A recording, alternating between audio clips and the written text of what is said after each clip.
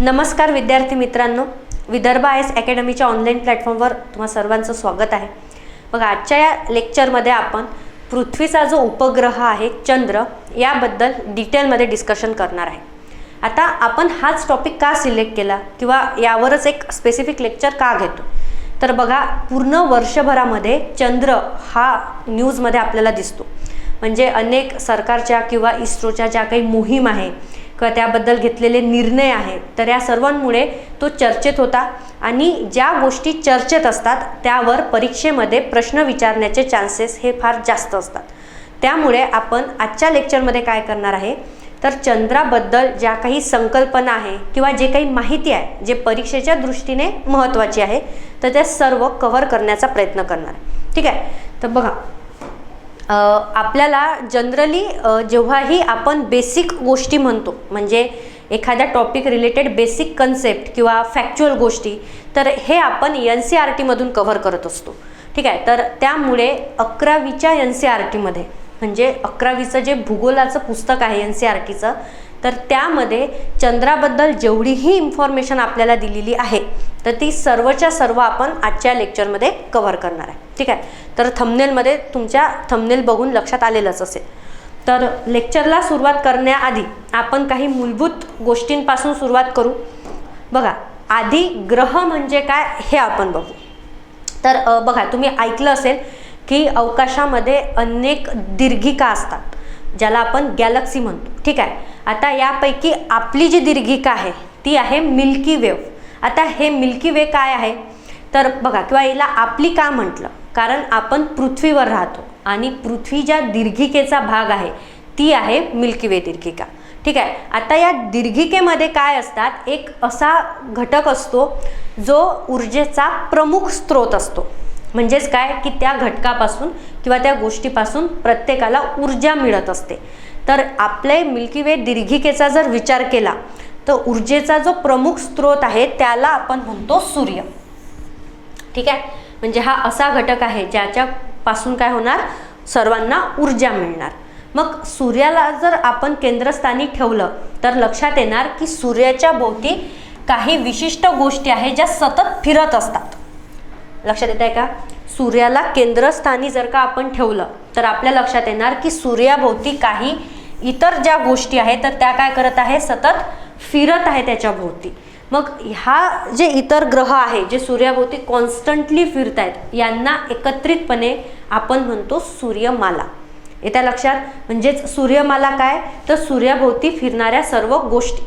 मग आता यांचा जर विचार केला तर बघा, सूर्य जो आहे, जो ऊर्जेचा मुख्य स्रोत आहे, त्याला केंद्रस्थानी जर ठेवलं आणि त्याभोवती ज्या काही खगोलीय गोष्टी फिरत आहेत तर या फिरणाऱ्या खगोलीय गोष्टींना आपण म्हणतो ग्रह। येत म्हणजे खगोलशास्त्रामध्ये त्यांना काय म्हटलं जाते, ग्रह म्हटलं जाते। म्हणजेच ग्रह काय असणार, तर बघा, सूर्याभोवती फिरणाऱ्या खगोलीय गोष्टींना आपण काय म्हणतो, ग्रह। मग आपली जी सूर्यमाला आहे तर आपल्या सूर्यमालेमध्ये आपण एकूण 8 ग्रह कन्सिडर करतो। मग 8 ग्रह म्हणजे काय, तर बघा, सूर्याच्या भोवती 8 अशा गोष्टी आहेत ज्या काय करत आहेत, कॉन्स्टंटली सूर्याभोवती फिरत आहेत। येत्या लक्षात? मग आता हे जर ग्रह झाले तर बघा, असे अनेक आणखी काही खगोलीय गोष्टी आहेत ज्या सूर्याभोवती न फिरता या ग्रहाभोवतीच फिरतात। येत्या का लक्षात? त्या सूर्याभोवती नाही फिरत, तर हे जे इंडिव्हिज्युअल असे ग्रह आहे एक एक, तर या ग्रहांभोवतीच फिरतात। मग अशा खगोलीय घटकांना आपण म्हणतो उपग्रह। येत्या का लक्षात? बघा, सिंपल कन्सेप्ट आहे। सूर्याला जर तुम्ही केंद्रस्थानी ठेवलं, कारण सूर्य हा ऊर्जेचा मुख्य स्रोत आहे, तर सूर्याभोवती ज्या काही गोष्टी फिरत आहेत तर त्या गोष्टींना आपण म्हणणार ग्रह। असे किती ग्रह आहे, तर असे एकूण 8 ग्रह आहे। ठीक आहे, आणि या ग्रहांभोवती ज्या काही इतर खगोलीय गोष्टी फिरतायत तर त्यांना आपण काय म्हणणार, उपग्रह। येत्या लक्षात? मग आता असे एकूण 8 ग्रह आहेत, तर या 8 ग्रहांचे उपग्रह कोणते कोणते आहे ते पण आपण डिस्कस करू। बघा, तर टोटल जर 8 ग्रह असेल तर त्यांपैकी सर्वात सुरुवातीचा ग्रह म्हणजे बुध। आता बुध या ग्रहाला कुठलाही उपग्रह नाही, म्हणजे बुध ग्रहाभोवती कुठलीही खगोलीय वस्तू फिरत नाही। त्यानंतर दुसरा आहे शुक्र। आता बघा, शुक्राला देखील उपग्रह नाही आहे। त्यानंतर तिसरा ग्रह आहे तो म्हणजे पृथ्वी, ज्यावर आपण राहतो, आणि पृथ्वीला एकच उपग्रह आहे, त्याला म्हटलं जाते चंद्र, आणि याला इंग्लिशमध्ये आपण म्हणतो मून. हे त्या लक्षात. त्यानंतर बघा चौथा ग्रह आहे मंगळ. आता मंगळाभोवती 2 उपग्रह फिरतात, त्यांचे नाव आहे फोबोस आणि डेमोस. त्यानंतर गुरु नावाचा ग्रह आहे. गुरुभोवती फिरणारे जे 3 ग्रह आहे महत्त्वाचे उपग्रह ते आहे गॅनिमेड, हिमालया आणि कायटस. येतात लक्षात. त्यानंतर शनी हा ग्रह आहे. शनीभोवती फिरणारे महत्त्वाचे उपग्रह म्हणजे ॲटलास, टायटन आणि रिया. बघा त्यानंतर युरेनसचे महत्त्वाचे उपग्रह आहे मिरिंडा, बेलिंडा आणि एरियल. आणि शेवटचा जो ग्रह आहे नेपच्यून, तर नेपच्यून भोवती फिरणारा उपग्रह म्हणजे टायटन, नेरीड. तर आता बघा हे उपग्रह देखील तुम्हाला लक्षात ठेवायचे आहे, कारण बऱ्याच वेळा हे देखील एक्झाममध्ये विचारू शकतात. तर या सर्व उपग्रहांपैकी आपल्यासाठी जो महत्त्वाचा उपग्रह आहे तो म्हणजे चंद्र.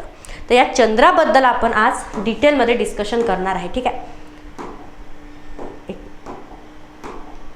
बघा आता मी जे तुम्हाला वारंवार म्हणत आहे की हा महत्त्वाचा आहे किंवा आपण डिटेलमध्ये याच्याबद्दल माहिती बघणार आहे, तर असं का मी म्हणते, कारण बघा जे काही MPSCद्वारे घेतलेल्या एक्झाम आहे तर त्या एक्झाममध्ये आपल्याला चंद्रावर प्रश्न विचारलेले दिसून येतात. आणि त्यापैकीच एक म्हणजे बघा 4 जूनला जी राज्यसेवेची पूर्व परीक्षा झाली तर त्यामध्ये देखील चंद्रावर आधारित एक प्रश्न होता. बघा खालील आकृतींचे निरीक्षण करून खालीलपैकी कोणत्या मुळाक्षरांनी चंद्राचा 3/4 भाग प्रकाशित दर्शविला आहे हे नमूद करा. ठीक आहे. तर असा हा प्रश्न होता. तर हा डायरेक्टली चंद्रावर आहे, पण अगदी बेसिक कन्सेप्टवर विचारलेला आहे. म्हणजे ज्या न्यूजमध्ये ज्या काही गोष्टी आहे त्यावर न विचारता बेसिक कन्सेप्टवर क्वेश्चन विचारला आहे. आता असे जे बेसिक कन्सेप्ट आहे हे तुम्हाला डायरेक्टली सापडतात NCERTमध्ये. मग त्यामुळे आपल्याला NCERTचा अभ्यास करणं हे महत्त्वाचं ठरते. आणि त्याच अनुषंगाने आपण काय केलं आहे, तर एक नवीन बॅच लॉन्च केली आहे तुमची, जिचं नाव आहे मिशन प्रारंभ. आता ही बॅच काय असते याबद्दल मी तुम्हाला थोडक्यात माहिती सांगते पटकन. बघा NCERT जर का महत्त्वाची आहे तर किती NCERT आपण वाचायला पाहिजे किंवा कोणत्या वर्गाच्या NCERT आपण वाचल्या पाहिजे, तर आपण जनरली म्हणतो की परीक्षेसाठी 6वी ते 12वी पर्यंतच्या NCERTचे बुक वाचणं हे तुमच्याकडून अपेक्षित असते. पण आता 6वी ते 12वी पर्यंतचे बुक वाचणं आणि सर्व विषयांचे बुक वाचणं, त्यातून नोट्स काढणं ही थोडी लेंदी प्रोसेस होते, यामुळे फार वेळ जातो.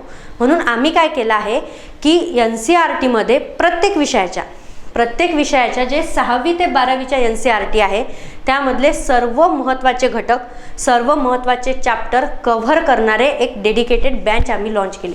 तिचं नाव आहे मिशन प्रारंभ. आता या बॅचमध्ये काय असणार आहे बघा, तुमचे सर्व जे महत्त्वाचे सब्जेक्ट आहे जसं अर्थशास्त्र आहे, राज्यशास्त्र, इतिहास, भूगोल, विज्ञान, ह्या सर्व विषयांच्या NCERT 6वी ते 12वी कव्हर करण्यात आलेले आहे. आणि हे सर्व बॅच जी असणार आहे तर ही मराठीमध्ये असणार आहे, कारण जनरली NCERT जे आहे ह्या इंग्लिश आणि हिंदीमध्ये असतात. पण आपले जे लेक्चर असणार आहे ते मराठी या विषयात असणार आहे. आणि प्लस लेक्चरच नाही तर तुमची प्रॅक्टिस झाली पाहिजे म्हणून MCQची टेस्ट असणार आहे. प्लस सर्वात महत्त्वाचं म्हणजे ॲन्सर रायटिंग. जे लोक डिस्क्रिप्टिव्ह पॅटर्नसाठी प्रिपरेशन करत आहे त्यांच्यासाठी इथे ॲन्सर रायटिंग पण घेतल्या जाणार. म्हणजे जो टॉपिक तुम्हाला शिकवला जातोय त्याच टॉपिकवर तुमच्याकडनं ॲन्सर रायटिंग पण करून घेतल्या जाणार. तशी हे डेडिकेटेड एक बॅच आहे ज्यामध्ये तुमची पूर्ण तयारी करून घेतल्या जाईल NCERTची.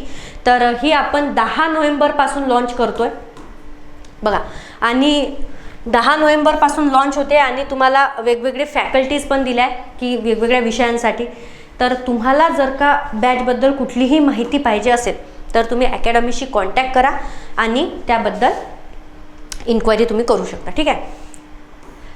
तर बघा आज आपण आपला टॉपिक सुरू करू. आता पृथ्वीचा जो उपग्रह आहे चंद्र, तर नेमका उपग्रह म्हणजे काय, ग्रह म्हणजे काय, हे कन्सेप्ट आपण बघितले. ठीक आहे. तर आता एक्झॅक्टली चंद्र उपग्रह आहे तर या चंद्राची निर्मिती कशी झाली हे आपण बघू. म्हणजे इथून आपण सुरुवात करू, अगदी बेसिक गोष्टी आपण बघणार आहे आजच्या लेक्चरमध्ये. मग निर्मिती कशी झाली बघा. आता निर्मितीसाठी अनेक हायपोथेसिस देण्यात आले, अनेक थेअरी देण्यात आली, अनेक मतं मांडण्यात आली शास्त्रज्ञांकडून की चंद्राची निर्मिती नेमकी कशी झाली. पण त्या सर्व मतांपैकी जे जनरली एक्सेप्टेड आहे, म्हणजे सर्व शास्त्रज्ञांनी मान्य केलेला आहे असा एक सिद्धांत ज्याला आपण म्हणतो जायंट इम्पॅक्ट हायपोथेसिस. मग आता हा हायपोथेसिस काय म्हणते एक्झॅक्टली बघा. तर सुरुवातीला काय झालं, जेव्हा ग्रहांची निर्मिती होत होती, म्हणजे फार वर्षापूर्वी ग्रहांची जेव्हा निर्मिती होत होती तेव्हा सूर्यमालेत 2 ग्रह होते. एका ग्रहाचं नाव होतं पृथ्वी आणि दुसऱ्या ग्रहाचं नाव होतं थिया. आता हे 2 ग्रह फिरत असताना या 2 ग्रहांची टक्कर झाली, म्हणजे ते एकमेकांवर आदळले.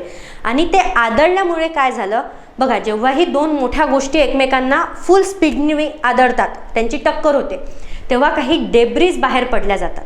डेब्रिज म्हणजे काय तर बघा, जो काही धूर असणार किंवा जे काही कण असणार तर हे सर्व बारीक यांचं मिक्सचर बाहेर पडते. ठीक आहे. आता हे जेव्हा मिक्सचर बाहेर पडलं, ज्याला आपण डेब्रिज म्हणतो, तर ही अवकाशात निघून न जाता किंवा दूर न जाता काय झालं, पृथ्वीच्याच अवतीभोवती फिरत राहिली. आणि असं का झालं, कारण ते म्हणजे पृथ्वीचं असलेलं गुरुत्वाकर्षण बल. मग या गुरुत्वाकर्षण बलामुळे ते पृथ्वीच्या आजूबाजूला फिरत राहिले आणि हे फिरत असतानाच ते सर्व जी डेब्री आहे, म्हणजे जे काही धूर आहे, माती निघाली आहे, तर ही सर्वच्या सर्व एका खडकामध्ये किंवा एका मोठ्या उपग्रहामध्ये एक असे कॉम्पॅक्ट त्याचं स्ट्रक्चर तयार झालं आणि त्यातून एक मोठाच्या मोठा उपग्रह तयार झाला, त्याला आपण म्हणतो चंद्र. आणि हा उपग्रह देखील पृथ्वीभोवती सतत फिरत असतो. म्हणजे बघा, या डायग्रामवरून तुमच्या लक्षात येणार, एक जो ग्रह आहे त्याला आपण काय म्हणणार, पृथ्वी, आणि दुसरा आहे त्याला काय म्हणणार, थिया. ठीक आहे. या 2 ग्रहांची एकमेकांशी टक्कर झाली, दिसलं. आता टक्कर झाल्यानंतर बघा, हे जे असे छोटे छोटे बारीक बारीक कण आहे, धूर आहे, माती आहे, तर ह्या सर्वच्या सर्व गोष्टी आहे, याला आपण म्हणतो डेब्री. तर ह्या सर्व डेब्री पृथ्वीभोवती फिरायला लागल्या, येत्या लक्षात. आता जेव्हा हे पृथ्वीभोवती सर्व डेब्री फिरत होत्या तर कालांतराने या सर्व डेब्री असे कॉम्पॅक्ट झाल्या आणि त्यातून जो एक ग्रह तयार झाला त्याला आपण म्हणतो चंद्र, येत्या लक्षात. तर असा हा एक सिद्धांत आहे आणि हा सिद्धांत सर्व शास्त्रज्ञांकडून मान्य केलेला आहे, म्हणजेच याला मान्यता दिलेली आहे. मग नेमकं याच सिद्धांताला मान्यता का दिली, कारण बघा, तुम्हाला नासा माहीत असेल, अमेरिकेची एजन्सी. तर नासाने एक मोहीम पाठवली होती, तिचं नाव होतं अपोलो मोहीम. तर या मोहिमेतल्या शास्त्रज्ञांनी चंद्रावरचे काही नमुने आणले, म्हणजे तिथले जे पृष्ठभाग आहे तर त्या पृष्ठभागावरची माती किंवा खडक त्यांनी पृथ्वीवर आणले आणि त्याची टेस्टिंग केली. तेव्हा लक्षात आलं की ज्या गोष्टी किंवा जे खनिज आहे, तर ज्या खनिजांपासून पृथ्वीचा पृष्ठभाग बनलेला आहे त्याच खनिजांपासून चंद्र देखील बनलेला आहे. आणि यातून हे सिद्ध झालं की एकेकाळी चंद्र हा कशाचा भाग होता, पृथ्वीचा भाग होता. म्हणजे त्याच्यामध्ये टायटॅनियम हा खनिज सापडून आला आणि त्यावरून सिद्ध झालं की एकेकाळी चंद्र काय होता, पृथ्वीचाच भाग होता, जो आजही काय करत आहे, सतत पृथ्वीभोवती फिरत आहे. आणि म्हणून जायंट इम्पॅक्ट हायपोथेसिस हे सर्व शास्त्रज्ञांनी एक्सेप्ट केलं. ठीक आहे. तर हा बेसिकली टक्कर होण्याचा असा हा सिद्धांत आहे. आता बघा, हा जो नाव आहे थिया, तर हे थिया नाव कसं देण्यात आलं प्लॅनेटला, याच्याबद्दल एक इंटरेस्टिंग माहिती आहे, मी तुम्हाला सांगते. बघा, ग्रीकमध्ये देवांची नावं असतात, जसं आपल्या हिंदू रिलिजनमध्ये देवांची अनेक नावं आहे, मग तसंच ख्रिश्चन रिलिजनमध्ये पण वेगवेगळी देवांची नावं आहे. मग जनरली काय होते की ख्रिश्चन डॉमिनेटेड किंवा ख्रिश्चन धर्म असलेल्या देशांनी कुठलीही एखादी गोष्ट एक्सप्लोर केली किंवा शोध लावला तर ते पण काय करतात, त्यांच्या देवांची नावं देतात. जसं तुम्हाला माहीत असेल की हे जे ग्रहांची नावं आहे, तर ही सर्व ग्रहांची जी इंग्लिश नावं आहे इंग्लिशमध्ये, तर ही सर्व त्यांच्या देवांच्या नावावरून देण्यात आलेली आहे. मग तसंच बघा, चंद्रासाठी म्हणजे हा जो एक नवीन ग्रह तयार झाला जो पृथ्वीभोवती फिरतोय, मग याला नाव देण्यासाठी त्यांनी सेलेना हे नाव वापरलं, म्हणजेच सेलेना हे नाव दिलं या ग्रहाला. आता सेलेना म्हणजेच काय, हे त्यांची देवी आहे, तर ह्या देवीच्या नाव देण्यात आलं या नवीन ग्रहाला सेलेना, येत्या लक्षात. आणि ह्या सेलेना याची जी मुलगी आहे त्याला म्हटलं जाते थिया, येत्या लक्षात. तर यांच्यावरून तिला थिया म्हटलं, याला सेलेना म्हटलं.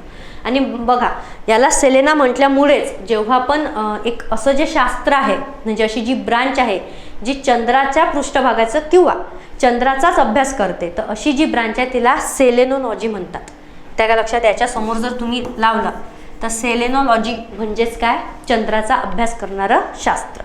तर हे एक इंटरेस्टिंग फॅक्ट आहे जे तुम्ही लक्षात ठेवू शकता. तर हे लक्षात आलं की चंद्राची निर्मिती कशी झाली आहे. तर वेगवेगळे हायपोथेसिस आहे, गृहीतके आहेत, पण त्यापैकी मान्यता प्राप्त असं हेच एक गृहीतक आहे जे आपण बघितलं, ज्याला आपण म्हणतो जायंट इम्पॅक्ट हायपोथेसिस. मग अशा प्रकारे जर का चंद्राची निर्मिती झाली, बघा इथं तुम्हाला दिसणार की अशा प्रकारे हे टक्कर झाली आणि एक लार्ज अमाऊंटची जी एनर्जी आहे ती रिलीज झाली. ठीक आहे. आता हा जर चंद्र निर्माण झाला तर याबद्दल महत्त्वाचे काही डेटा आहे, काही फॅक्ट्स आहे, ते आपण पटकन कव्हर करू. आणि हे पण परीक्षेच्या दृष्टीने महत्त्वाचे आहे, यावर पण क्वेश्चन विचारला जाऊ शकतात. तर बघा, सर्वात आधी एकमेव नैसर्गिक उपग्रह आहे चंद्र पृथ्वीचा. आता नैसर्गिक उपग्रह म्हणजे काय असते बघा. उपग्रह म्हणजे काय, जो ग्रहाभोवती फिरतो. मग ज्याची निर्मिती नैसर्गिकरित्या झाली आहे तो कुठला झाला, नैसर्गिक उपग्रह. आणि ज्याची निर्मिती मानवाने केली त्याला काय म्हणणार, मानव निर्मित उपग्रह. म्हणजेच आपण त्याला जनरली म्हणतो सॅटेलाइट. आता बघा, सॅटेलाइट पण काय असतात, सॅटेलाइट मानव तयार करतो, तो अवकाशात पाठवतो आणि पाठवल्यानंतर तो काय करतो, सतत पृथ्वीभोवती प्रदक्षिणा घालतो. म्हणजे पृथ्वीभोवती तो फिरत असतो. मग फिरणारा आहे पण तो कुणी तयार केलेला आहे, मानवाने. तर त्याला काय म्हणायचं, मानव निर्मित उपग्रह, ज्याला आपण म्हणतो सॅटेलाइट. आणि निसर्गिक किंवा नैसर्गिक घटकांनी जर का तो तयार झालेला असेल तर त्याला मग आपण काय म्हणायचं, नैसर्गिक उपग्रह. इथपर्यंत क्लिअर. त्यानंतर बघा, नेक्स्ट सूर्यमालेमध्ये जेवढेही उपग्रह आहे, म्हणजे आताच आपण बघितलं महत्त्वाचे उपग्रह, तर त्या सर्व उपग्रहांपैकी चंद्र हा 5वा मोठा उपग्रह आहे. ठीक आहे. याचं पृथ्वीपासून अंतर आहे 3,84,000 किलोमीटर. म्हणजे हे अंतर, हे जर डिस्टन्स आपण बघितलं तर हे किती आहे, 3,84,000 किलोमीटर. म्हणजे पुढे काहीतरी आहे पण आपण राऊंड फिगर हा डेटा घेतो. नेक्स्ट आणि महत्त्वाचा पार्ट म्हणजे चंद्रावर कुठलंही वातावरण नाही आहे. आता तुम्ही बघितलं असेल जसं पृथ्वीवर आपल्याला एक वातावरण दिसून येते, म्हणजे पृथ्वीच्या पृष्ठभागावर आपल्याला वेगवेगळे वायू दिसतात, त्याचे वेगवेगळे गुणधर्म असतात, वैशिष्ट्य असतात, तिथे वेगवेगळ्या घटना घडत असतात. तर हे सर्व जे वातावरण आहे हे वातावरण आपल्याला चंद्रावर दिसून येत नाही. तर हा अत्यंत महत्त्वाचा पार्ट आहे. आणि हेच एक कारण आहे की जेव्हाही एखादा व्यक्ती चंद्रावर उभा असणार आणि तो जर का वर बघणार किंवा आकाशात बघणार तर तेव्हा त्याला सर्वीकडे काळोख दिसणार. काळोख म्हणजे काय, सर्वीकडे काळं दिसणार, कुठलाही दुसरा रंग त्याला दिसणार नाही. म्हणजेच बघा, जेव्हा आपण पृथ्वीवर उभं असतो आणि वर बघतो अवकाशात तर आपल्याला निळा रंग दिसतो, बरोबर आहे. तसंच जर का तुम्ही चंद्रावर उभे असले तर तुम्हाला सर्वीकडे काळोख दिसणार, निळा रंग दिसणार नाही. आणि याचं कारण म्हणजे चंद्रावर वातावरण नाही आहे. येत्या लक्षात. तर हा पण पॉईंट एक लक्षात ठेवायचा. आता बघा, आपल्याला पृथ्वीवरून जर आपण अवकाशात बघितलं तर आपल्याला निळा रंग का दिसतो ते तुम्ही सायन्समध्ये स्टडी केलं असणार की जेव्हा सूर्यकिरण एखाद्या गोष्टीवर पडतो आणि तिथून तो परावर्तित होतो, रिफ्लेक्ट होतो, आणि ते जेव्हा आपण डोळ्यांनी बघतो तर त्याच्या कलरच्या प्रॉपर्टीवरून आपल्याला तो कलर दिसतो. याला आपण रमन इफेक्ट म्हणतो किंवा आपण याला स्कॅटरिंग इफेक्टही म्हणतो. म्हणून बघा की पृथ्वीच्या वर काय असतात, छोटे छोटे धूळ असतात, कण असतात, येत्या लक्षात. मग यावर हे सूर्यकिरण पडतात, ते प्रकाशित होतात. आणि प्लस सर्वात मोठं कारण म्हणजे की पृथ्वीवर सर्वात जास्त भाग जो आहे तो पाण्याने व्यापलेला आहे, बरोबर आहे. तर मग तिथून होणारं रिफ्लेक्शन. तर ह्या सर्व गोष्टींमुळे आपण पृथ्वीवर उभं राहून जर का आकाशात बघितलं तर आपल्याला निळा रंग दिसतो. पण असं मात्र चंद्रावर होत नाही, कारण तिथं परावर्तित होण्यासाठी काय नाही आहे, वातावरणच नाही आहे. त्यामुळे रमन इफेक्ट आपल्याला दिसून येणार नाही. त्यानंतर महत्त्वाची गोष्ट, मग आपण काय म्हणत आहे की परावर्तितच होत नाही, मग म्हणजेच काय, तर बघा, सूर्याच्या पडणाऱ्या एकूण प्रकाशापैकी चंद्र हा केवळ 7%च सूर्यकिरण काय करतो, परावर्तित करतो. हे एक गोष्ट पण महत्त्वाची आहे जी लक्षात ठेवायची आहे. किती करणार, 7%.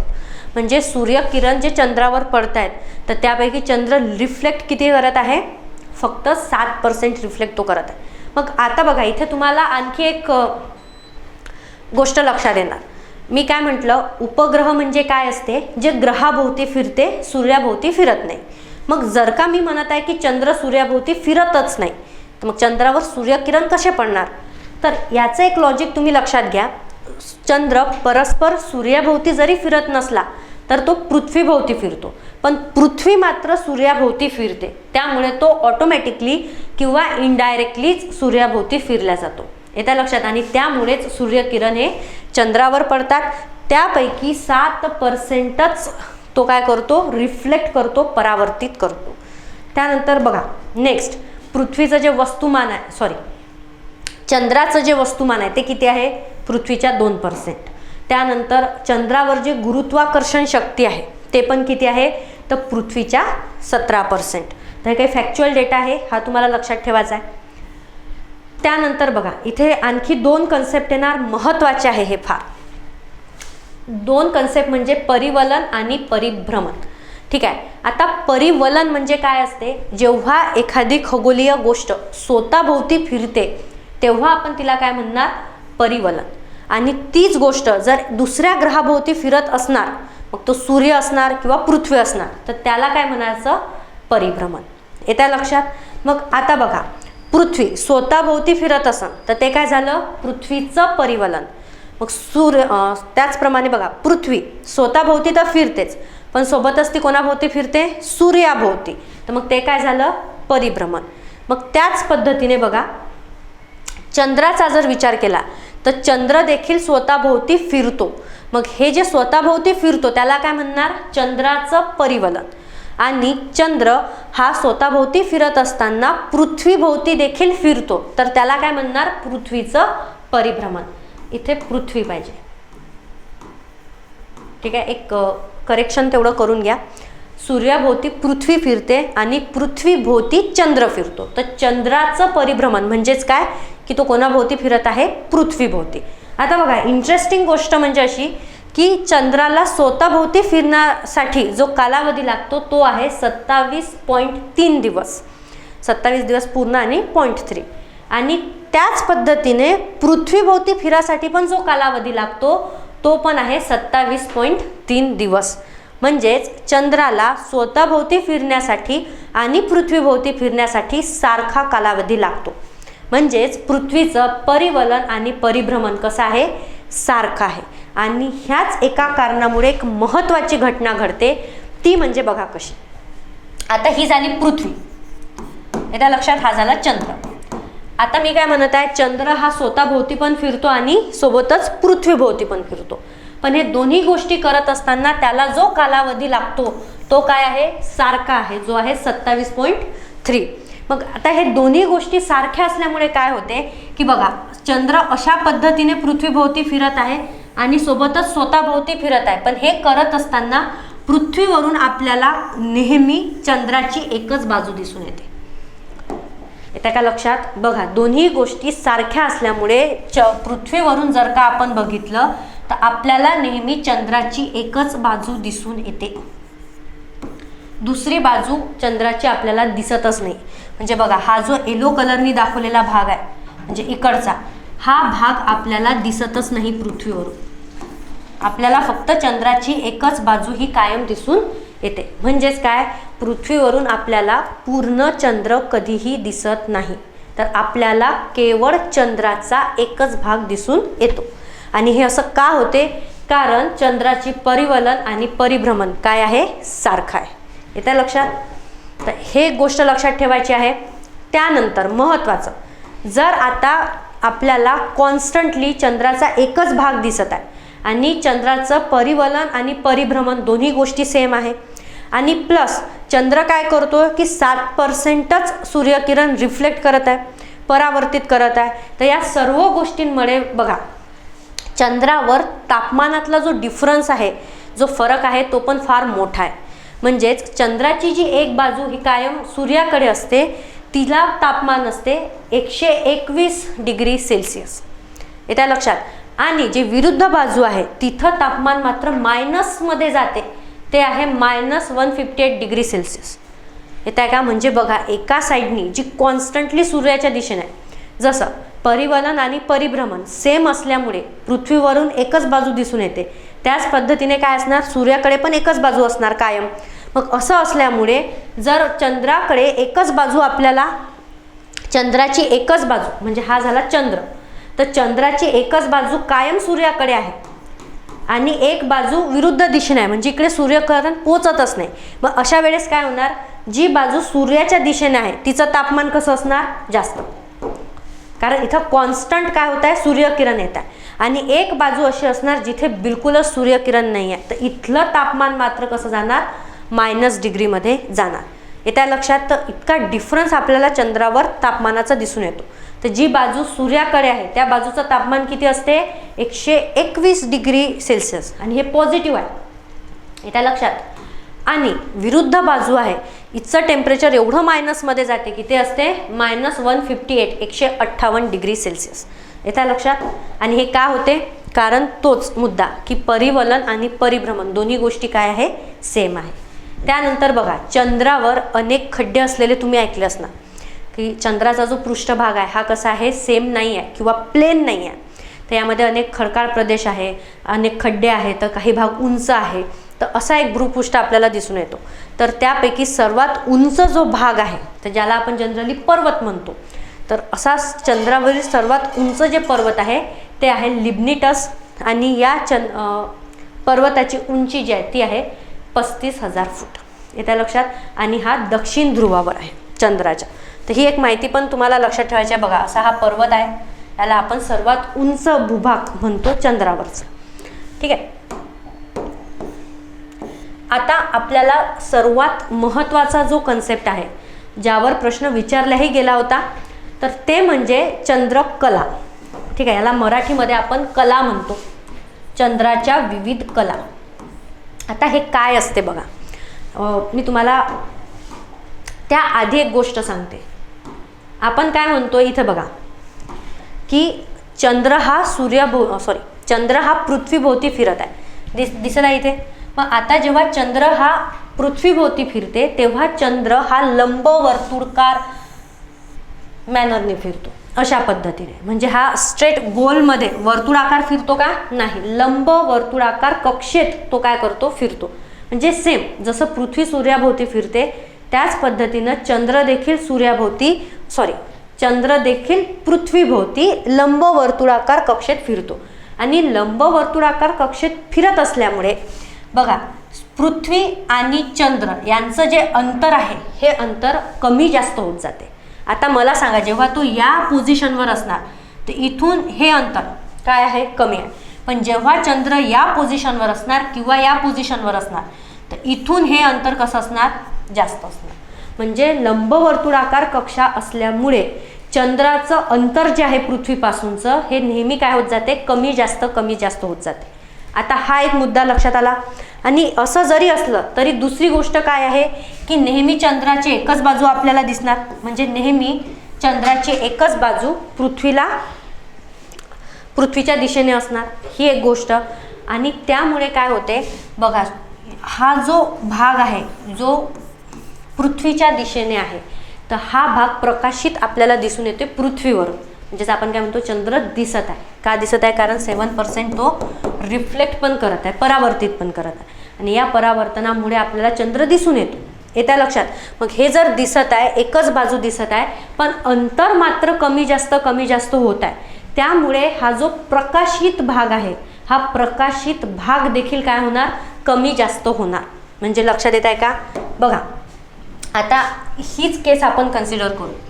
इथं जर का एखादा व्यक्ती उभा आहे आणि इथे उभं राहून जेव्हा हा चंद्र बघणार तर मला सांगा, या पोझिशनमध्ये पृथ्वी आणि चंद्राचं अंतर जर का कमी असेल, येत्या लक्षात, तर मला सांगा चंद्र जास्त दिसणार आपल्याला. जास्त म्हणजे काय, मोठा. म्हणजेच काय, जो प्रकाशित भाग आहे जो आपल्याला दिसत आहे डोळ्यांनी तो काय असणार, जास्त असणार. येत्या लक्षात. पण आता जसा जसा हा चंद्र लंबवर्तुळाकार आहे म्हणजेच पृथ्वीपासून दूर जाणार, तर मला सांगा प्रकाशित भाग आपल्याला कसा दिसणार, कमी दिसणार. येत आहे का लक्षात. म्हणजेच जिथे आपल्याला एवढा पोर्शन दिसत होता, हा एवढा पोर्शन, तोच पोर्शन आता इथे काय होणार, कमी होणार. म्हणजे आपल्याला एवढंच दिसणार. येत आहे लक्षात. मग आता हे सडन होणार का, असं एकदम अचानक होणार का, नाही. हा चंद्र इथे पण येणार, हा चंद्र या पोझिशनवर पण येणार, मग इथे येणार. आणि हे जो भाग आहे जो मी तुम्हाला दाखवला, हा प्रकाशित भाग जो आपल्याला डोळ्यांनी दिसतो, ज्याला आपण जनरली एवढा चंद्र दिसत आहे असं म्हणतो, येत आहे लक्षात. तर हा हळूहळू कमी होणार. म्हणजे इथे एवढा आहे तर आता इथं एवढाच दिसत आहे, त्यानंतर इथे एवढाच दिसत आहे आणि मग इथं आल्यानंतर एवढा दिसत आहे. म्हणजेच काय बघा, जेव्हा चंद्र पृथ्वीभोवती फिरतो तर तेव्हा त्याचा जो प्रकाशित भाग आहे हा कमी जास्त होत जातो. म्हणजे आपल्याला रोज चंद्र आहे त्या स्थितीत दिसते का? नाही. कधी तो जास्त दिसते, कधी तो कमी दिसते. म्हणजेच काय, त्याचा प्रकाशित भाग हा कधी जास्त असतो तर कधी कमी असतो. मग हे जे कमी जास्त होत जाते, म्हणजेच आपण त्याला शेप म्हणू, आकार, तो हा जो प्रकाशित भाग आहे याने जो आकार तयार होतो आणि हा आकार जो कमी जास्त दिसत राहतो आपल्याला, याला आपण म्हणतो चंद्राच्या कला. येतं का लक्षात? याला काय म्हणणार आपण? चंद्राची कला. म्हणजे हा झाला कला. कला म्हणजे काय की तुम्हाला पृथ्वीवरून, सिंपल भाषेत सांगायचं झालं तर तुम्हाला पृथ्वीवरून चंद्र कोणत्या कोणत्या आकारामध्ये दिसत आहे ते म्हणजेच काय झालं, तर ती झाली चंद्राची कला. मग आता ही एक्झॅक्ट होते कसं बघा. म्हणजेच पृथ्वीवरून चंद्र कोणत्या कोणत्या आकारात आपल्याला दिसू शकतो. तर याचाच अर्थ काय मला सांगा, कुठली गोष्ट दिसणार? जी गोष्ट प्रकाश झोतात आहे, म्हणजे जी प्रकाशित जो भाग आहे तोच दिसणार. म्हणजेच बघा इथे बघा, आता काय होणार, एक अशी कंडिशन येणार किंवा एक अशी सिच्युएशन येणार जिथे तुम्हाला चंद्र बिलकुल दिसणारच नाही. म्हणजे चंद्र दिसतच नाही आहे, प्रकाशित जो भाग आहे तो आहेच नाही. मग प्रकाशित भागच नाही तर दिसणार आहे का? नाही. मग जेव्हा चंद्र दिसतच नाही बिलकुल, त्याला म्हटलं जाते न्यू मून, म्हणजेच मराठीमध्ये अमावस्या. मराठीमध्ये आपण त्याला काय म्हणतो? अमावस्या. त्यानंतर बघा, एक एवढाच भाग तुम्हाला चंद्राचा दिसून येणार. त्या एवढाच आकार, कारण एवढाच आकार काय आहे? प्रकाशित आहे. त्याला म्हटलं जाते क्रिसेंट फेज. आता बघा, याला मराठीमध्ये नावं दिलेले नाही आहे, ठीक आहे, त्यामुळे आपण इंग्लिश नावच बघतोय. तर याला म्हटलं जाते क्रिसेंट फेज. म्हणजेच काय, जेव्हा एवढाच भाग तुम्हाला चंद्राचा दिसतो. त्यानंतर बघा, हा एक आकार आहे जिथे तुम्हाला चंद्राचा अर्धा भाग दिसणार. येत आहे, याला म्हटलं जाते क्वार्टर. आता याला मराठीमध्ये म्हटलं जाते अष्टमी. येत्या लक्षात? त्यानंतर एवढा भाग जो आहे चंद्राचा हा दिसणार, ठीक आहे, एवढा भाग प्रकाशित आहे, याला म्हटलं जाते गिबोस पिरियड. ठीक आहे. त्यानंतर परत एक अशा पिरियड येणार जेव्हा तुम्हाला पूर्ण चंद्र दिसत आहे, याला आपण मराठीमध्ये म्हणतो पौर्णिमा. येत आहे का लक्षात? म्हणजेच चंद्राचे वेगवेगळे आकार आपण बघत आहे जे पृथ्वीवरून दिसते. मग आता जर का मी पर्सेंटेजमध्ये घेतलं तर सरळ सरळ मी काय म्हणणार बघा, हे काय झालं? 0%. 0% म्हणजे काय? बिलकुल चंद्र दिसत नाही आहे. मग 0% असेल तर त्याला आपण काय म्हणायचं? अमावस्या. येतं लक्षात? त्यानंतर हा जो फेज झाला, आता मी इथं म्हणत आहे की हा मला किती दिसत आहे, तर मी म्हणणार याला 25% भाग मला चंद्राचा दिसत आहे. यालाच मी असं म्हणू शकते का की 1/4 पार्ट मला चंद्राचा दिसत आहे. येतं लक्षात? हा जो आकार झाला हा किती झाला? 50%, कारण अर्ध दिसत आहे ना. येतं लक्षात? याला मी म्हणणार 1/2, एवढा भाग मला चंद्राचा दिसत आहे. आणि त्यानंतर हा किती झाला, तर याला मी म्हणणार 75%, 75% भाग मला चंद्राचा दिसत आहे. याला आपण म्हणतो 3/4. येतं लक्षात? आणि हा किती झाला? 100%. येतं लक्षात? आता इकडे पण सेम फेजेस असणार. तर एवढे वेगवेगळे आकार आपल्याला पृथ्वीवरून चंद्राचे दिसून येतात. याला इंग्लिशमध्ये काय म्हणतात? न्यू मून, क्रिसेंट, क्वार्टर आणि गिबोस. आणि हा झाला फुल मून. येत आहे? आणि मराठीमध्ये काय म्हणतात बघा, मराठीमध्ये हे झाले अमावस्या, हिला म्हणतात अष्टमी, आणि हे झाली पौर्णिमा. एवढं लक्षात आलं? मग आता हे एक्झॅक्टली कसं दिसते बघा. हे वाटलं तर तुम्ही याचे पर्सेंटेज आणि क्वार्टर लिहून घ्या, कारण आपल्याला परीक्षेमध्ये जो प्रश्न विचारला होता बघा, हा क्वार्टरवरूनच विचारला होता. बघा, इथं त्यांनी सरळ दिला आहे, नाव दिलं आहे का? नाही. इथं त्यांनी काय म्हटलं? 3/4 भाग प्रकाशित आहे, त्याला काय म्हणतात? येतं लक्षात? आणि बघा, इंग्लिशमध्ये मात्र नाव दिलं गिबोस, कारण याला मराठीमध्ये नाव नाही आहे, तर मग ते चतुर्थांश त्यांनी दिलाय, 3/4. तर ते तुम्ही लिहून घ्यायचं आहे. मग आता हे एक्झॅक्टली दिसते कसं, वेगवेगळ्या कला ते आपण बघू. आता बघा, ही पृथ्वी आहे. आता या पृथ्वीवरून आपल्याला चंद्र कसा कसा दिसणार, तर जेव्हा चंद्र आणि पृथ्वीचं अंतर जवळ आहे इथून आपण सुरू करू, ठीक आहे, किंवा आपण अमावस्येपासून सुरू करू हा भाग. आता इथं मला सांगा, पृथ्वी आणि चंद्र यांचं अंतर जास्त आहे. अंतर जास्त असल्यामुळे चंद्र बिलकुल दिसतच नाही आहे, चंद्र दिसतच नाही आहे. तर याला मी काय म्हणणार, अमावस्या. याला काय म्हणायचं आहे, अमावस्या. आता बघा, हे अमावस्या झाल्यानंतर काही दिवसांनी मला चंद्राचा फक्त एवढा भाग दिसून येते, किंवा जोही पृथ्वीवर व्यक्ती आहे त्याला फक्त एवढा भाग दिसून येते, त्याला आपण म्हणतो क्रिसेंट. येत्या लक्षात. त्यानंतर काही दिवसांनी अर्धा चंद्र दिसून येते, त्याला आपण म्हणतो क्वार्टर म्हणजेच अष्टमी.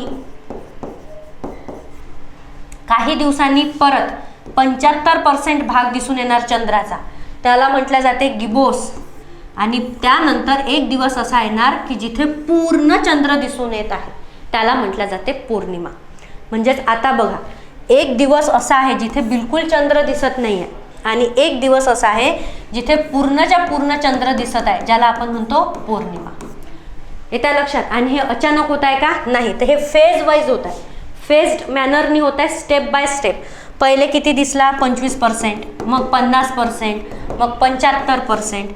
तर आता बघा, हा जो चंद्र जो बिलकुल दिसत नाही आहे, ह्या पोझिशनवरून तर पौर्णिमेच्या पोझिशनपर्यंत, म्हणजे इथपर्यंत जेव्हा चंद्र फिरणार पृथ्वीभोवती, तर त्याला एकूण कालावधी किती लागणार, तर तो असते 15 दिवस.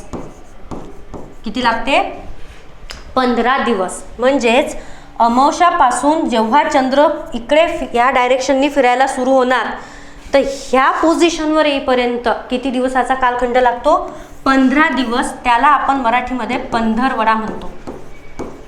पंधरवडा म्हणजे काय, 15 दिवस. येत्या लक्षात. आणि त्या 15 दिवसामध्ये तो या वेगवेगळ्या पोझिशननी जात असतो. आणि त्याच पद्धतीने बघा, आता वरची मोशन, वरचं डायरेक्शन. परत पौर्णिमेपासून काय होणार, इकडे जेव्हा चंद्र जात आहे, तर ह्या सर्व फेजेसमधून पास होऊन इथं परत तो अमावस्येपर्यंत येणार. मग हे वरच्या मोशनला पण, म्हणजेच पौर्णिमेपासून ते अमावस्येपर्यंतचं अंतर पूर्ण करायला आपण किती दिवस लागते, 15 दिवस. येत्या का लक्षात. अमावस्यापासून पौर्णिमा 15 दिवस, परत पौर्णिमेपासून अमावस्या किती दिवस, 15 दिवस. याला काय म्हणतो आपण, पंधरवडा. येत्या लक्षात. आणि हे असं कंप्लीट जर तुम्ही बघितले, 15 दिवस प्लस 15 दिवस, तर किती झाले, 30 दिवस. आणि 30 दिवस म्हणजे काय असते, एक महिना, बरोबर आहे. तर हा एक महिना आपण चंद्रावरून असं कन्सिडर करतो. म्हणून बघा, तुम्ही जनरली ऐकलं असेल की एका महिन्यामध्ये एक पौर्णिमा आणि एक अमावस्या असते. का, कारण ती 15-15 दिवसांनी येत असते. आणि इथेच आता मी तुम्हाला एक गोष्ट सांगते. आता मी ही गोष्ट यासाठी ॲड केली नाही कारण ती आपल्यासाठी एवढी पण महत्त्वाची नव्हती परीक्षेच्या दृष्टीने, पण एक जनरल इन्फॉर्मेशन म्हणून मी तुम्हाला सांगते. बघा, इथे मी काय म्हटलं, अमावस्यापासून ते पौर्णिमेपर्यंत हे जे 15 दिवस लागतात, तर या 15 दिवसाला, म्हणजे या 15 पैकी पूर्ण एकेका दिवसाला एक विशिष्ट नाव आहे, ज्याला आपण काय म्हणतो बघा, प्रतिपदा आपण म्हणतो, चतुर्थी आपण म्हणतो, अष्टमी म्हणतो, सप्तमी म्हणतो. तर हे असे वेगवेगळे नाव आहे, एकादशी आहे. तर हे पूर्ण जे नावं आहे, तर ही नावं कशाला दिलेली आहे, तर या दिवसांनाच दिलेली आहे. आणि हे असे सगळे दिवस मिळून काय तयार होत असते, ते एक महिना तयार होते. कारण बघा, मराठी जे कॅलेंडर आहे, म्हणजे मराठीमध्ये जे कॅलेंडर आहे किंवा मराठी महिना जे आपण मोजतो, तर ते आपण चंद्राच्या गतीवरून मोजतो. आणि इंग्लिश जे आहे ते आपण कशावरून मोजतो, म्हणजे जानेवारी, फेब्रुवारी हे जे आपण महिने मोजतो, हे जे कॅलेंडर आहे हे कशावर आधारित आहे, तर बघा, पृथ्वी सूर्याभोवती जे फिरते, तर पृथ्वीच्या परिवलन किंवा पृथ्वीच्या परिभ्रमणानुसार जे तयार होते, तर ते झालं इंग्लिश कॅलेंडर. आणि महिना जे आपण पृथ्वी सूर्याभोवती जे फिरते, तर त्या फिरण्यामुळे किंवा त्याच्या आधारावर जे कॅलेंडर तयार केलेलं आहे, त्याला आपण इंग्लिश कॅलेंडर म्हणणार. आणि चंद्र जो पृथ्वीभोवती फिरतो तर चंद्राच्या फिरण्याच्या आधारावर जे कॅलेंडर तयार केलेलं आहे त्याला आपण मराठी कॅलेंडर म्हणतो, बरोबर आहे. म्हणून बघा, इंग्लिश महिने वेगळे आहे, मराठी महिने वेगळे आहे. तर मराठी कॅलेंडर हे कोणावर डिपेंड असते, तर मराठी कॅलेंडर हे चंद्रावर आधारित आहे. आणि चंद्रावर आधारित असल्यामुळे बघा, प्रत्येक दिवस, प्रत्येक महिना हे चंद्र कशा पद्धतीने फिरतोय किंवा चंद्र कोणत्या पोझिशनवर आहे यावर डिपेंड असते. त्यामुळे बघा, एका महिन्यामध्ये आपण काय म्हणतो, अमावस्या असते आणि पौर्णिमा असते. आणि हे जे 15 दिवस आहेत ते हे 15ही दिवसाला नावं दिले जातात. हे त्या लक्षात, जसं पहिला जो दिवस असणार, मग म्हणजे इथून सुरू होणार थोडा पहिला दिवस, मग पहिला जो दिवस आहे त्याला प्रतिपदा म्हणतात, हे त्या लक्षात. त्यानंतर एकदम 11वा जो दिवस आहे तर त्याला आपण एकादशी म्हणत असतो, हे त्या लक्षात. तर हे असे वेगवेगळे याला नावं दिले आहेत, पण हे मी यासाठी ॲड केले नाही कारण ते परीक्षेच्या दृष्टीने महत्त्वाचे नाही आहे. आणि आपलं जे लेक्चर आहे हे जास्ती फोकस आपण परीक्षाभिमुख पद्धतीवर करतो, तर हे तुम्हाला लक्षात ठेवायचं. तर एवढं लक्षात आलं. बघा, एका साईडने आपण काय म्हटलं, अमावस्या टू पौर्णिमा, तर हे एवढं फिरण्यासाठी किती दिवस लागते, 15, आणि वरचे किती लागते, 15. याला काय म्हणणार, पंधरवाडा. आणि 2 पंधरवाडा मिळून काय होते, एक महिना तयार होते. मग आता तुम्ही बघा, हीच डायग्राम तुम्ही लक्षात घ्या. आता बघा, ह्या साईडनी जेव्हा ही जी आपण पृथ्वी कन्सिडर केली, हे त्या लक्षात. आता पृथ्वीची ही जी बाजू आहे, एवढी बाजू, ह्या सपोज म्हणजे कन्सिडर करा, पृथ्वीच्या या बाजूच्या काय आहे, चंद्र आहे. म्हणजेच काय, पृथ्वीवर या दिशेने, या बाजूने जेवढेही देश आहे आणि त्या देशांमध्ये जेवढेही लोक राहत आहे त्यांना काय दिसणार, चंद्र दिसणार. पण मग मला सांगा, पृथ्वीच्या या बाजूने जे लोक आहेत, जे देश आहेत आणि त्या देशातले लोक, त्यांना चंद्र दिसणार की नाही, मला सांगा. तर त्यांना चंद्र दिसणार का, बिलकुल नाही. कारण ते काय, अपोजिट डायरेक्शनने आहे. कारण शेवटी पृथ्वी पण कशी आहे, गोल आहे आणि गोल वस्तूंचा हा परिणाम असतो. मला सांगा, पृथ्वी जर का गोल आहे तर या दिशेने असणाऱ्या लोकांनाच चंद्र दिसणार, इकडच्या बाजूने जे लोक आहेत त्यांना चंद्र दिसणार का, नाही. मग अशी जर का कंडिशन असेल तर मला सांगा, पृथ्वीच्या या बाजूच्या लोकांना पूर्ण चंद्र दिसत आहे, म्हणजे त्यांच्यासाठी झाली पौर्णिमा, येत्या लक्षात. आणि पृथ्वीच्या या दिशेला असणाऱ्या लोकांना चंद्रच दिसत नाही आहे, कारण चंद्र त्या दिशेने आहे. मग यांच्यासाठी काय झाली, अमावस्या. म्हणजेच याचाच अर्थ असा की एकाच दिवशी पृथ्वीच्या काही भागासाठी पौर्णिमा असते तर पृथ्वीच्या उर्वरित भागासाठी काय असते, अमावस्या असते. म्हणजेच पौर्णिमा आणि अमावस्या एकाच दिवशी राहू शकतात. येत्या का लक्षात. ते डिपेंड करते की तुम्ही पृथ्वीच्या कोणत्या बाजूने आहे. जर का तुम्ही चंद्राच्या बाजूने असाल पृथ्वीवर तर तुमच्यासाठी पौर्णिमा असेल, आणि जर का तुम्ही विरुद्ध बाजूने असणार तर मात्र तुमच्यासाठी काय असणार, ती अमावस्या असणार. जसं दिवस आणि रात्र, लोक पृथ्वीवरच राहतात पण काही लोकांसाठी दिवस असते, काही लोकांसाठी रात्र असते. त्याच पद्धतीने चंद्राच्या बाबतीत देखील घडते. पृथ्वीवर राहणाऱ्या काही लोकांसाठी एकाच दिवशी पौर्णिमा असते तर एकाच दिवशी काय असते, अमावस्या असते. तर हा एक भाग पण तुम्हाला लक्षात ठेवायचा आहे. आणि जेव्हा चंद्र ह्या पोझिशनवर असणार तेव्हा मात्र तुम्ही पृथ्वीच्या कुठल्याही बाजूने राहा, तुम्हाला अर्धचंद्र दिसून येणार. इथे सेम इथे, म्हणून आपण याला काय म्हणतो, अष्टमी. म्हणजे 8व्या दिवशी काय ते, हे अशी पोझिशन त्या ठिकाणी आलेली असते. तर हा देखील एक फॅक्ट लक्षात ठेवायचा आहे. तर जर का पौर्णिमा आहे तर याचा अर्थ बिलकुल असा होत नाही की पृथ्वीवर तुम्ही कुठेही जा तुमच्यासाठी पौर्णिमाच असणार, बिलकुल नाही. काय असते, एकाच दिवशी पौर्णिमा आणि अमावस्या असू शकते. ठीक आहे. तर हा एक भाग झाला. आणि याच्यावरूनच परत महत्त्वाचा एक कन्सेप्ट असते, तो म्हणजे कृष्ण पक्ष आणि शुक्ल पक्ष. आता हा थोडा खगोलशास्त्राचा भाग येतो पण आपण महत्त्वाचा आहे म्हणून तो कन्सिडर करतोय. बघा, तुम्ही जेव्हाही मुहूर्त बघता किंवा तुम्ही पत्रिका बघत असेल किंवा जिथे मुहूर्ताचा रेफरन्स येतो आणि तो रेफरन्स मराठी कॅलेंडरच्या अकॉर्डिंग घेतलेला असतो तेव्हा तुम्हाला हे 2 शब्द दिसणार, शुक्ल पक्ष आणि कृष्ण पक्ष. तर आता हे एक्झॅक्टली काय असते बघा. तर ह्या दोन्ही गोष्टी चंद्राशी रिलेटेड आहे आणि सिम्पल कन्सेप्ट आहे. बघा, शुक्ल पक्ष म्हणजे काय, तर जेव्हा बघा इथं डायरेक्शन कशी दाखवली आहे अशी, म्हणजेच ही झाली अमावस्या. दिसलं? आता बघा, अमावस्यापासून ह्या डायरेक्शननी जात आहे चंद्र. दिसला? इथे काय होत आहे? पौर्णिमा. हे खालचे चंद्र बघायचे आहे बरं, आतमधलं. हे बघा, हे झाली पौर्णिमा, हे झाली अमावस्या. हे अमावस्या आहे, हे पौर्णिमा आहे आणि सुरुवातीला चंद्र ह्या डायरेक्शननी फिरतो. येत्या लक्षात? मग अमावस्या म्हणजे मला सांगा, पूर्ण काळोख असणार, चंद्र दिसणार नाही. मग चंद्र असा फिरतोय म्हणजे आता हळूहळू बघा, चंद्राचा एवढा भाग दिसला, त्यानंतर अर्धचंद्र ज्याला आपण अष्टमी म्हणतो तो दिसला, त्यानंतर 75% भाग दिसला, पूर्ण दिसला. म्हणजेच काय, सुरुवातीला काळोख आहे आणि नंतर आता थोडा थोडा प्रकाश वाढत जात आहे आणि त्यामुळे चंद्राचा भाग वाढतोय. चंद्र आपल्याला दिसायला लागला आणि एक दिवस असा येणार की पूर्ण चंद्र दिसणार. तर हा जो पिरियड आहे किंवा हा जो फेज आहे याला म्हटल्या जाते शुक्ल पक्ष. कारण शुक्ल म्हणजे होते पांढरं आणि काळा चंद्र. काळा चंद्र म्हणजे काय, तो दिसत नाही म्हणून आपण त्याला काळा म्हणतो जनरली. ठीक आहे. तो जो भाग आपल्याला बिलकुल दिसत नाही तो काळोखात असते आणि काळोखात असल्यानंतर हळूहळू तो प्रकाश झोतात येते. तो ही जी सायकल आहे हिला म्हटल्या जाते शुक्ल पक्ष. आणि सेम आता खालच्या दिशेने बघा, इथे पौर्णिमा आहे म्हणजेच पूर्ण चंद्र दिसतोय आणि आता मात्र चंद्र काय होत आहे, कमी कमी होत आहे. कमी होत आहे म्हणजेच काय, त्याचा जो प्रकाशित भाग आहे तो कमी होत आहे, त्यामुळे आपल्याला चंद्र छोटा होताना दिसतो. तर हे जेव्हा होते याला म्हणतात कृष्ण पक्ष. कृष्ण म्हणजे काळा. कृष्ण म्हणजे काय असते, काळा.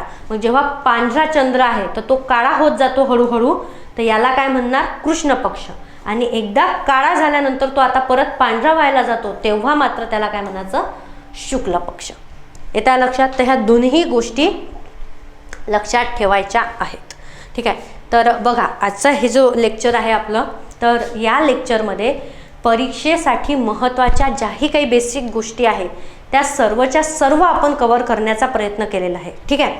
आणि जे NCERT मध्ये आपल्याला डेटा दिलेला आहे त्या आधारावर. आता बघा, चंद्राच्या बाबतीत आपले दोन महत्त्वाचे कन्सेप्ट आहे, ते म्हणजे चंद्रग्रहण आणि एक कन्सेप्ट येतो भरती आणि ओहोटीचा, की ह्याच चंद्राचा पृथ्वीवर काय परिणाम पडतो. तर एक आपल्याला चंद्रग्रहण दिसतात, तर तो एक भाग, आणि त्यानंतर येते तुमची भरती आणि ओहोटी. तर आता ग्रहणाचा जो भाग आहे तो हा आपण नेक्स्ट लेक्चरमध्ये बघणार आहे. म्हणजे एक डेडिकेटेड आपलं लेक्चर असणार आहे ग्रहणाच्या बाबतीत. तर त्यामध्ये सूर्यग्रहण काय असते, चंद्रग्रहण काय असते, त्यामुळे भरती ओहोटी कशी येते, तर या सर्व कन्सेप्टवर आपण दुसरा व्हिडिओ अपलोड करू. तर आजच्या लेक्चर पुरता आपण इथेच थांबू. तर आजचं लेक्चर तुम्हाला कसं वाटलं हे तुम्ही मला कमेंट करून नक्की सांगा. आणि तुमच्या ज्या काही क्युरीज असतील तर त्या तुम्ही मला कमेंटमध्ये सांगू शकता. धन्यवाद.